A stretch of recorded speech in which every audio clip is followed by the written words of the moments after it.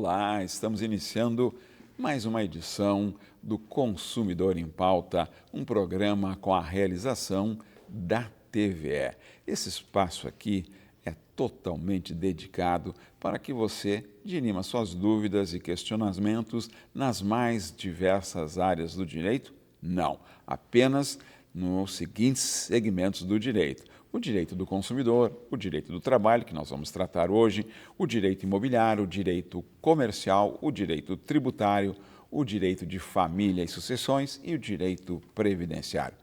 Como você faz isso? Super fácil. Você envia um WhatsApp para 51985946773 ou, se preferir, para o nosso e-mail consumidorempauta@tve.com.br. Estamos recebendo aqui hoje o Dr. Paulo Dias, que vai tratar e responder às questões e dúvidas dos nossos telespectadores e telespectadoras sobre direito do trabalho. Seja muito bem-vindo, Dr. Paulo Dias. Muito obrigado. Sempre uma satisfação retornar ao programa. Vamos então para a primeira questão enviada pelo nosso telespectador Marcos.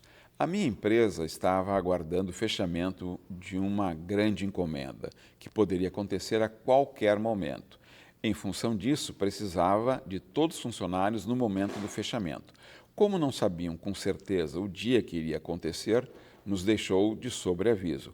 Foram 3 dias assim. O sobreaviso conta como hora extra? Pergunta o Marcos. Mais ainda, pergunto, por que não nos pagaram nada por termos ficado à disposição da empresa por 3 dias? Marcos, em primeiro lugar, a empresa deveria sim ter pago vocês, por terem ficado sob aviso, que é previsto no artigo 244 da CLT. O regime de sobreaviso é aquele momento em que o trabalhador, mesmo não estando no seu labor, no seu trabalho, ele fica de prontidão, ele fica esperando ser chamado pela empresa. Ora, o trabalhador ele labora durante o dia e à noite ele fica limitado na sua locomoção. Ele pode, eventualmente, sair próximo da casa, tem que carregar o celular por perto, mas ele não consegue se desconectar, para poder descansar, poder pensar em outras coisas. Ele tem que estar pronto e, ser chamado, ele tem que comparecer. Se ele tiver que comparecer, aquelas horas que ele trabalhou, então o trabalhador trabalhou durante o dia, vamos supor, e à noite ele foi chamado para fazer 3 horas. Elas são consideradas como extras se o trabalhador for chamado. Se ele não for chamado, nos dias que ele não for chamado e ele estiver à disposição, essas horas serão pagas como 1/3 da hora normal, não como extras. Então, repetindo, só pela espera dele estar à disposição da empresa, ganha 1/3 a mais do que o normal. Se ele for chamado, aquelas horas trabalhadas naquele dia serão consideradas horas extras.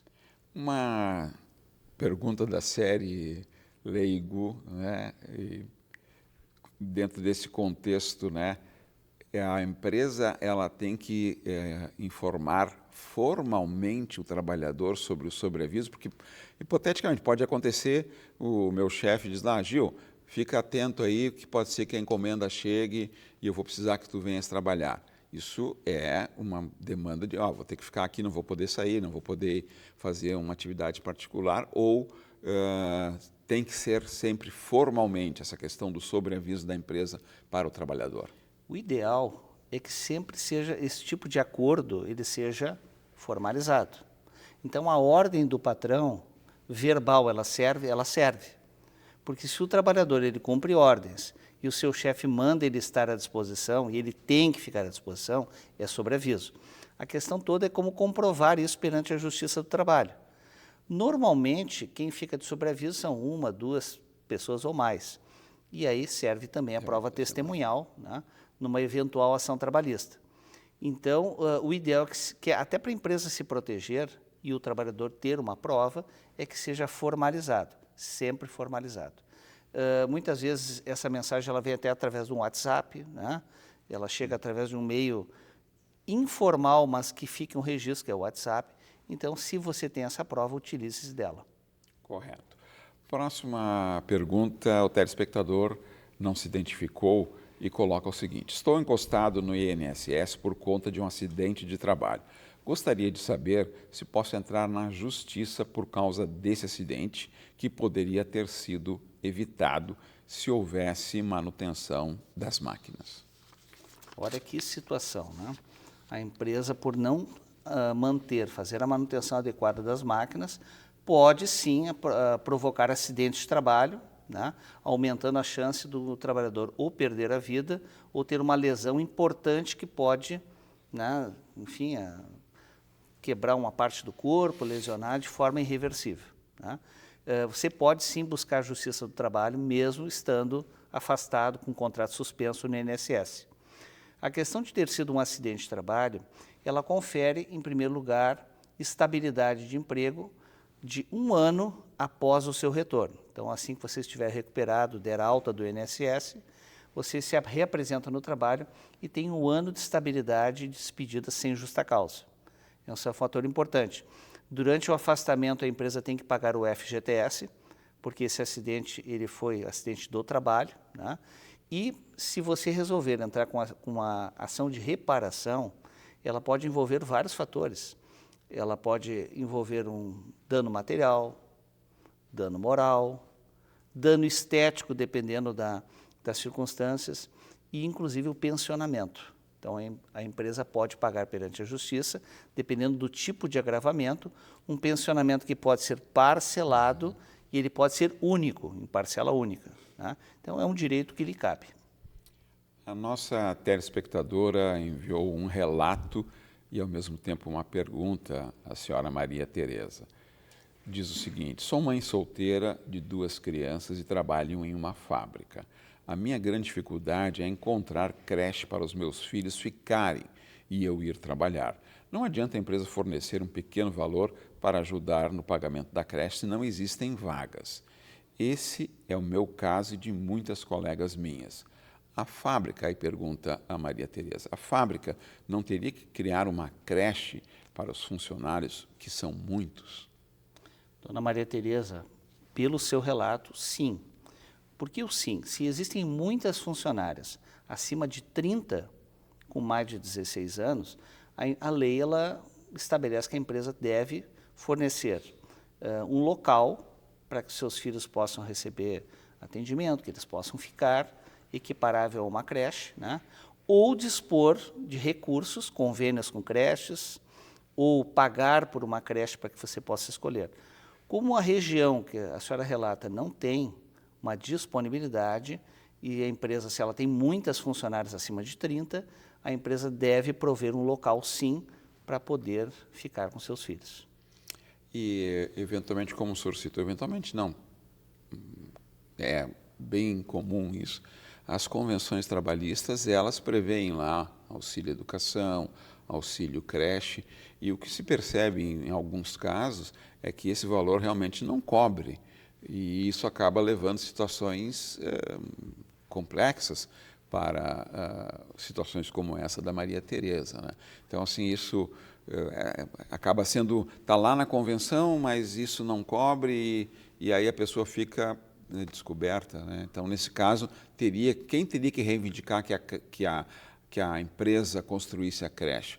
O próprio trabalhador? Como é que faz para reivindicar isso? Se a empresa ela está descumprindo a lei ou a convenção coletiva da categoria que hoje tem força normativa, você pode procurar o sindicato da sua categoria ou o próprio Ministério Público do Trabalho e fazer uma denúncia, para que as autoridades possam fiscalizarem a atividade da empresa.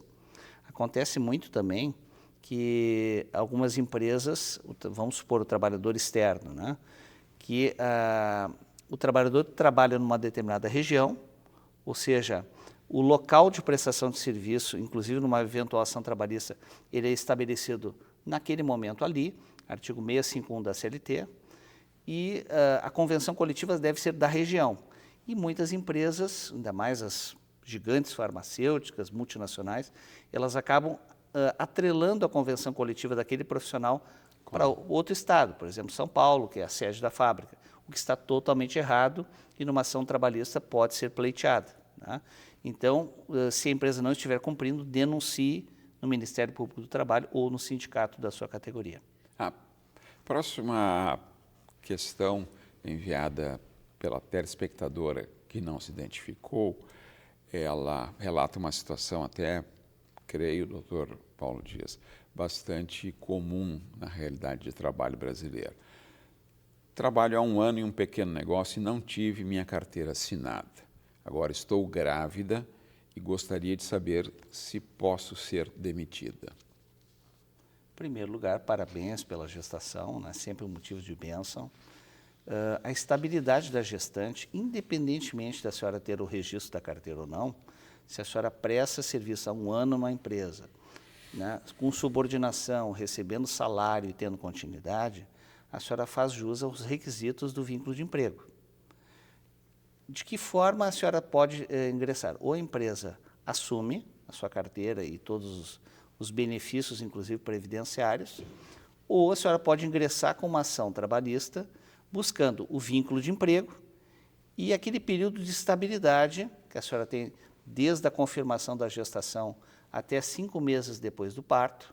Então, a senhora tem esse período estabilitário que a empresa pode lhe reintegrar e pagar, ou pode-se fazer, eventualmente, uma indenização substitutiva que paga todo esse período estabilitário.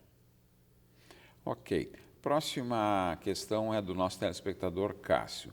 Pretendo me candidatar a um emprego temporário agora no final do ano. É a primeira vez que faço isso. Que cuidados e precauções eu devo ter ao assinar um contrato para colocação desse tipo? Cássio, a primeira dica que nós lhe damos é você pesquisar sobre a empresa, se o CNPJ está ativo, se a situação da empresa é regular, né? Isso é um fator muito importante. Segundo o contrato de experiência, ele, aliás, esse por prazo determinado, ele envolve um período, ela tem que ser feita por escrito, e envolve até 6 meses de trabalho, prorrogáveis por mais 90 dias. Então, existe o requisito do estar registrado, os seus direitos trabalhistas vão ser iguais a todos os demais trabalhadores, horas extras, férias, todos os direitos trabalhistas normais você vai ter direito. Nós estamos aí nos aproximando já do final do ano, né? Portanto, da época de Natal, onde acontecem muitas contratações temporárias. Nessa situação dos temporários que são contratados para esse período de Natal, vale? O senhor falou, por exemplo, ele tem direito a 6 meses, ou o contrato tem que ser de 6 meses. São situações diferentes ou são iguais, doutor Paulo? O trabalho temporário ele visa justamente atingir os períodos de alta demanda, né, como, por exemplo, o final do ano, em que a empresa ela tem um aumento considerável nas suas vendas, ela precisa de mais mão de obra, por isso que ele se dá de caráter temporário, né? Então, ele serve até 6 meses, mas ele pode ser rescindido antes. E a prorrogação, conforme eu falei antes, é até 90 dias depois do término desse contrato. Consumidor em Pauta vai para um breve intervalo e já voltamos com o Dr. Paulo Dias tratando do direito do trabalho. Nos aguarde.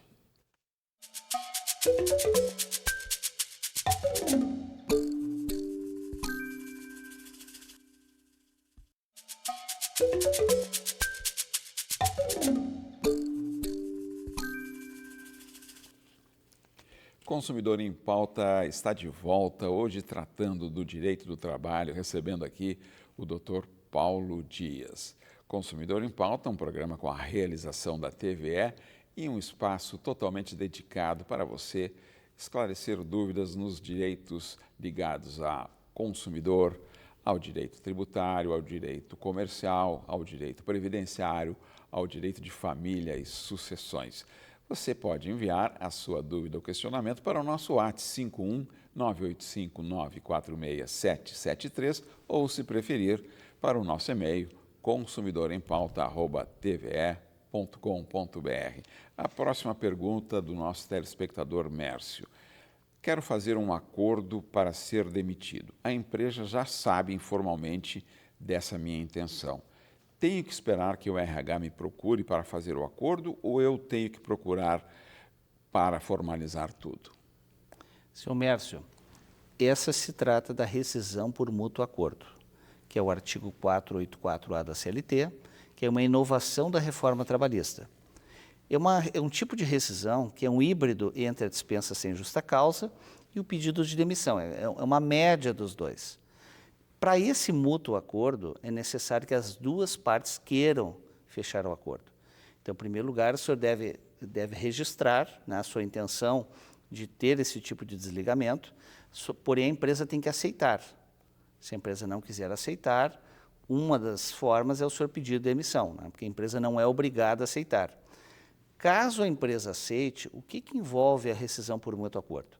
O senhor vai receber a metade do aviso prévio, que teria direito, metade da multa dos 40%, e o senhor vai poder sacar apenas 80% do que o senhor tem no FGTS. Lembrando que o FGTS, se for o saque aniversário, o senhor não consegue sacá-lo de primeira, então ele tem todo um requisito. O senhor não vai poder utilizar o seguro-desemprego, porque o senhor deu causa à sua saída, isso é um fator importante até para o senhor poder tomar a decisão, né? Os demais verbas rescisórias o senhor recebe elas integralmente, mas esses pontos realmente são importantes até para o senhor poder decidir se realmente que é o que o senhor quer. Pela sua experiência, doutor Paulo, é comum a empresa aceitar e fazer esse acordo, porque vai ter um custo para ela, né? É comum ou não é comum? Muitas vezes acontece. Tá? Por quê? Porque fazer um acordo em que a empresa desembolse, mas desembolse menos do que uma rescisão normal, para aquele trabalhador que não deseja mais permanecer na empresa, né, que acaba não sendo tão produtivo, muitas vezes a empresa acaba decidindo por esse caminho.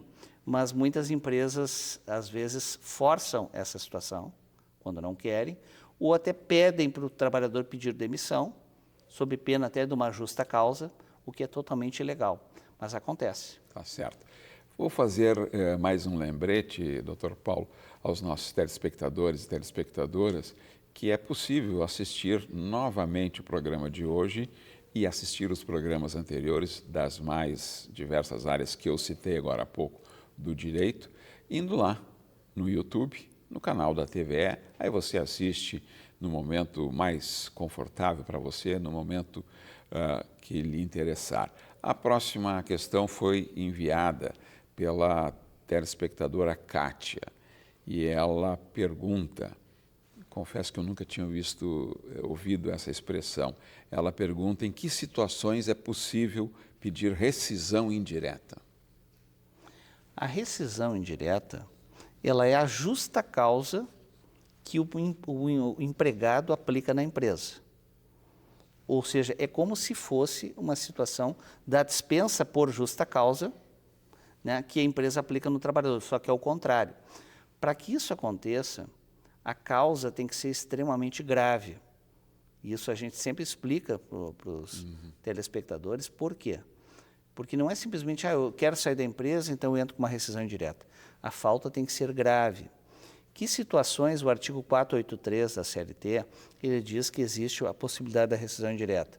Quando há atrasos reiterados no salário, né? Ou seja, o empregado ele tem um planejamento de receber o salário até o 5º dia útil para que ele possa pagar as suas contas, ele possa se organizar.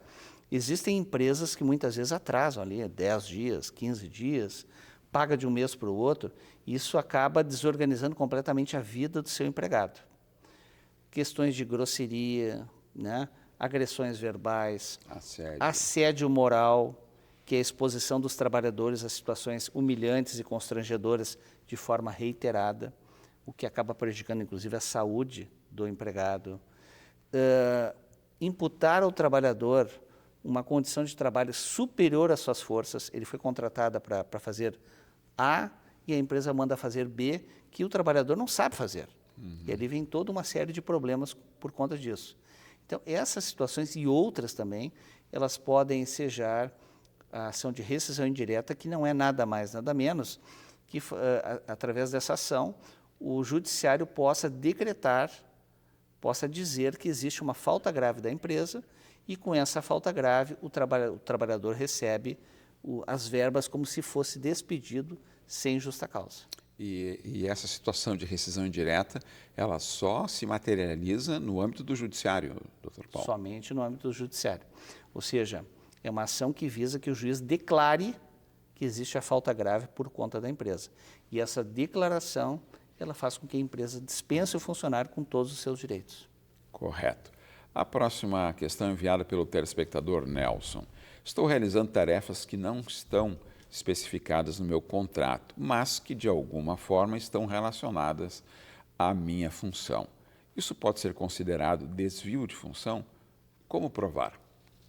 O desvio de função típico é aquele na qual o trabalhador foi contratado para fazer uma determinada atividade e a empresa põe para ele uma outra tarefa, muitas vezes bem diferente daquela que ele foi contratado e muitas vezes de forma são funções mais elaboradas, são funções superiores, né, até em termos de salário, àquele na qual ele foi contratado. Nos casos de haver desvio de função, dá para ingressar com uma ação na justiça para pleitear esse adicional, né, um plus salarial por fazer uma função mais complexa na qual ele foi contratado. Uma situação que eu vejo, assim, de novo, não sou da área do direito, mas eu vejo que é muito comum nas empresas, e aí eu estou falando não empresas de maior porte, mas empresas até inclusive de médio porte, elas contratam e não existe, até vou usar uma expressão e vou traduzi-la, que é muito comum no universo da propaganda, chamado job description, né? A descrição do trabalho, que ali você vai fazer isso. Eu sou, por exemplo, eu sou redator, então eu vou escrever os anúncios, vou revisar os anúncios e vou fazer mais tal coisa. Então, a grande parte, o sujeito foi contratado para ser porteiro, só que ele é porteiro e é responsável, por exemplo, por entregar a encomenda lá para o morador. Não está na descrição, né? Então, há também uma certa falha em algumas empresas em não descrever corretamente, né? Bota só lá a função e não o que a atividade vai fazer. Ou estou errado, doutor? O mundo perfeito, para que a empresa possa, inclusive, se proteger, é que no contrato de trabalho estejam presentes todas as possibilidades, né, na qual aquele trabalhador foi contratado, o que ele vai desempenhar, né? Lógico, existem coisas muito parecidas, muito próximas, que não envolvem complexidade maior e que a própria Justiça do Trabalho entende que não há problema. Agora, existem funções muito mais complexas na qual esse trabalhador ele foi contratado para fazer uma determinada atividade e ele é desviado de função para fazer alguma coisa mais complexa. E essas coisas acabam normalmente dando problema porque não houve um acerto, né, mais objetivo na hora que ele foi contratado. Próxima pergunta enviada por um telespectador que optou por não se identificar.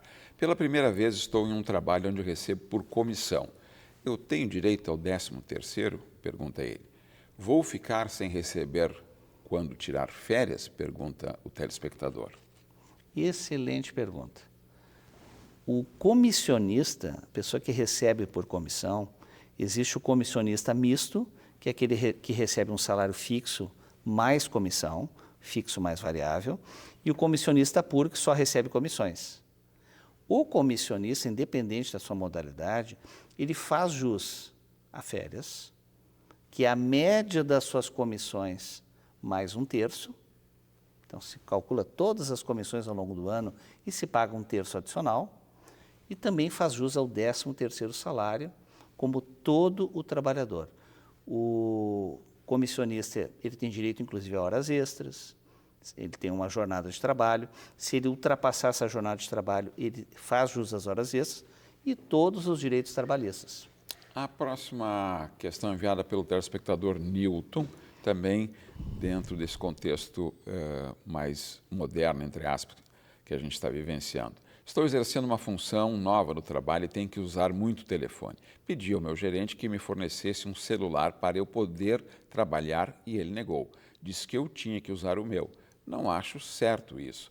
Posso me negar a trabalhar se não me derem um celular? Que riscos eu corro ao agir assim? Pergunta o Newton. Seu Newton, você está completamente correto. Tá? Se o celular é utilizado com muita frequência para o trabalho, a empresa tem que fornecer o material para o seu trabalho e não ela terceirizar, né, os gastos do empreendimento, Artigo 2º da CLT, a empresa ela tem que dispor do risco do negócio, que inclusive forneceu o material. Isso se aplica para celular, computador, e a empresa tem que pagar. Os riscos, se você se negar a pagar, é a empresa lhe dispensar sem justa causa e pagar todos os seus direitos. Dr. Paulo Dias, do programa Consumidor em Pauta, agradece a sua participação, contribuições e esclarecimentos. Convidamos você para a próxima edição. Até lá!